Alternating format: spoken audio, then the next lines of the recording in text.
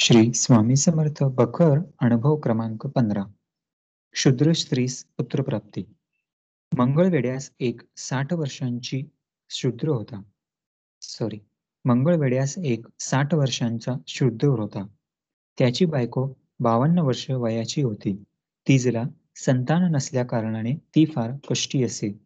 बाई पतिव्रता असून फार भाविक होती. एकदा बसप्पा तेल्याची आणि तिची गाठ पडली.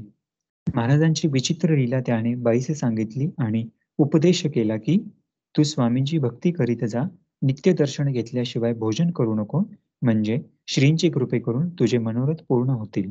त्या दिवसापासून बाईने असा नेम धरला.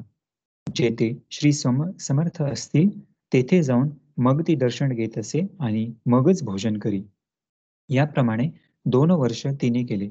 पुढे एकेकाळी बाई दर्शनास आली असता तिची सप्रेम भक्ती पाहून महाराज प्रसन्न झाले आणि हास्य करून तिजला म्हणाले, त्या पलीकडच्या वृक्षाचा चीक काढून साखरेत खा, म्हणजे तुझे कार्य होईल.